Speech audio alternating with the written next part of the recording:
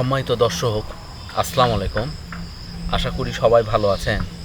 আজকে আমি আপনাদেরকে বলবো শাকার চারা কখন কিভাবে আপনারা কিনবেন, তাহলে ঠকবেন না। আমি সাধারণত আপনাদেরকে বীজের চারাই সাজেস্ট করি। এটার কিছু কারণ আমি নিজেই বীজ থেকে করছি।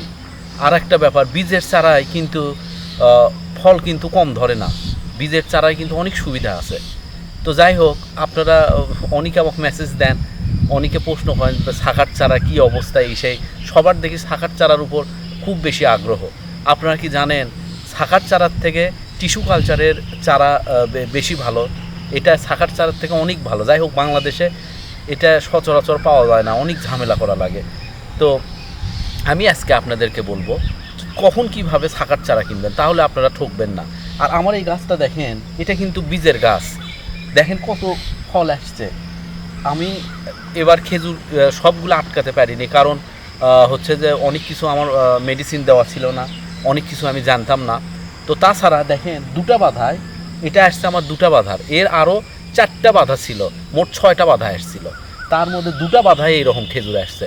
তো আশা করতেছি এগুলো যদি 12-13 কেজি করে হয়, তাহলে আপনারাই বুঝতেছেন কতখানি হবে। তো আগামী বছর 60-70 কেজির মতো করে এই গাছ থেকে আপনাদেরকে আমি দেখাবো। এটা কথা না, আগামী বছর আমি দেখাবো যে কীভাবে খেজুর এখানে আসে। তো যাই হোক, এখন শাকার চারা আমি আপনাদেরকে দেখাই কিছু জিনিস। এই জিনিসগুলো যদি মনে রাখতে পারেন, তাহলে কেউ আর আপনাদেরকে ঠকাতে পারবে না শাকার চারার ব্যাপারে। তো দেখেন দর্শক, আমার সাথে আসেন।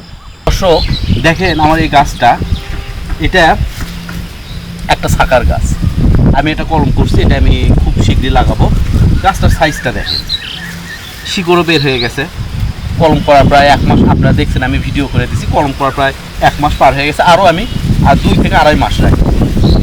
তো আমি যখন এই গাছটা যখন কাটবো, তখন আমি কাটবো ঠিক এই পাশ দিয়ে, এই পাশ দিয়ে। আর আমার সবগুলো শিকড় থাকবে এখানে। তো আমি এই পাশ দিয়ে কাটলে কি হবে, এই গাছটা কিন্তু বাঁকা। পৃথিবীর সব শাকার চারা এগুলো কিন্তু বাঁকা হয়, কোনো সময় বীজের মতো স্ট্রেট হবে না, গোড়াটা এখানে বাঁকা হবে। কারণ এটা এইভাবে আসছে, আমি কাটবো এখানে, আমি অবশ্যই এখানে কাটবো না, শিকড়গুলো থাকবে এখানে, আর আমি কাটবো এখানে। তার মানে ওটা একটু ছাতির মতো, অত না, একটু আর কি নিচে বাঁকা থাকবে। তো এটা দেখে আমি বুঝতে পারবো যে এটা একটা শাকার চারা। এখন আপনি হয়তো কোনো নার্সারিতে বা কোথাও গেছেন, এখন দেখবেন যে এটা টবে রাখছে, টবে রাখছে, আপনাকে বলতেছে যে এটা শাকার চারা। তো ঠিক আছে, টবে রাখলে এই রকম টাইপের বীজের গাছ টবে রাখা সম্ভব না, গাছ মারা যাবে। কিন্তু এই গাছ যদি আমি 2-3 মাস যদি বা 6 মাস যদি টবে রাখতে চাই, কিচ্ছু হবে না। টবে এরা 6 মাস থাকবে, কোনো সমস্যা হবে না। তো এটা নিয়ে অসুবিধা নেই। এইরকম মোটা গাছ যদি কেউ টবে রেখে আপনাদেরকে বলে যে এটা শাকার গাছ, তাহলে আপনাদের এটা মেনে নিতে হবে, এটা শাকার গাছ, সমস্যা নেই।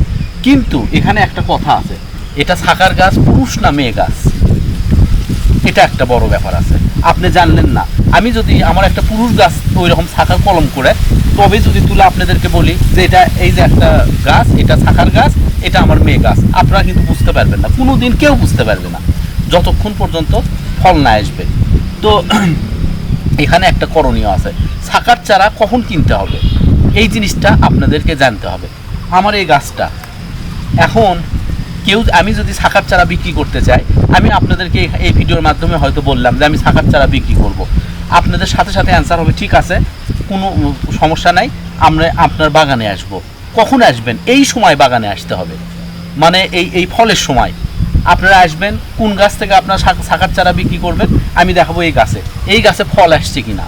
আপনারা দেখলেন যে হ্যাঁ, এই গাছে ফল আসছে, ঠিক আছে, তাহলে এই শাকার চারা যদি কেউ নিতে চান, তখন বলবেন যে হ্যাঁ, এই শাকার চারা আমি নিব, সমস্যা নাই। আবার যখন আমি 3 মাস পরে যখন আমি কাটবো, ঠিক কাটার 2-3 দিন আগে এইরকম করে আপনাদের কথা বলে নিতে হবে যে আমরা আসবো, মানে যে কিনবে তাকে বাগানে আসতে হবে, আসে আপনাদের সামনে কেটে নিয়ে চলে যাবে, তাহলে কেউ আপনাদের সাথে চিট করতে পারবে না।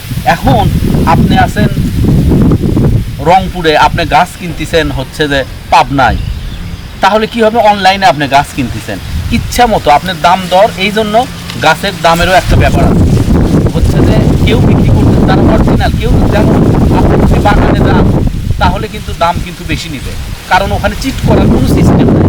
আপনি দেখে শুনে সব নেবেন, আপনি গাছ কলমের সময় লিখবেন, আবার গাছ যখন কাটবে, গাছের সাথে সেপারেট করবে, তখন কিন্তু দেখে নেবেন। আর অনলাইনে কি দিচ্ছে না দিচ্ছে আপনারা জানেন না, তখন করবে কি গাছের দাম কম নিবে। এখানে যদি একটা শাখার চারার দাম যদি 20,000 টাকা হয়, একটা যদি পুরুষ গাছ দিয়ে দেয়, তাহলে কিন্তু বাগানের কিন্তু ক্ষতি নাই। কিন্তু যদি আপনি দেখে নেন তাহলে কিন্তু 20,000 টাকায় দিবে না। তো আপনাদেরকে আমি বলি, যারা শাখার চারা কিনবেন খুবই ভালো, বাগানে যাবেন ফলের সময়।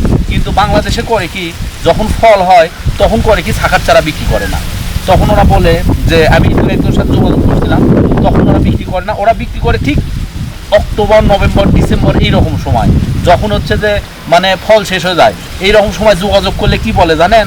যোগাযোগ করলে বলে কি, সামনে ফল আসতেছে, শাখার চারা গাছে বেশি রাখা যাবে না, গাছের শাখার চারা রাখলে এখন ফল কম ধরবে, সেই জন্য আমরা ডিসেম্বর, নভেম্বর মাসে বিক্রি করতেছি। খুবই ভালো। এই ডিসেম্বর, নভেম্বর মাসে বিক্রি করলে কি হয়, আপনি জানেন না কোন গাছ কি। আমার বাগানে আমিই শুধু জানি কোনটা পুরুষ গাছ, কোনটা মেয়ে গাছ। আর যখন কেউ যদি এখন আসে, সে নির্দ্বিধায় বলতে পারবে, কারণ আমার মেয়ে গাছ সবগুলোতেই ফল আসছে। তো আপনারা যখন শাখার চারা কিনবেন, গাছের যখন ফল থাকে, মানে বৈশাখ, জ্যৈষ্ঠ, আষাঢ়, এই 3 মাসের মধ্যে সব কিছু কমপ্লিট করবেন, তাহলে কেউ আপনাদের সাথে চিট করতে পারবে না। দর্শক, তো আজকে এই পর্যন্তই। সবাইকে অনেক ধন্যবাদ আমার ভিডিও দেখার জন্য। আসসালামু আলাইকুম।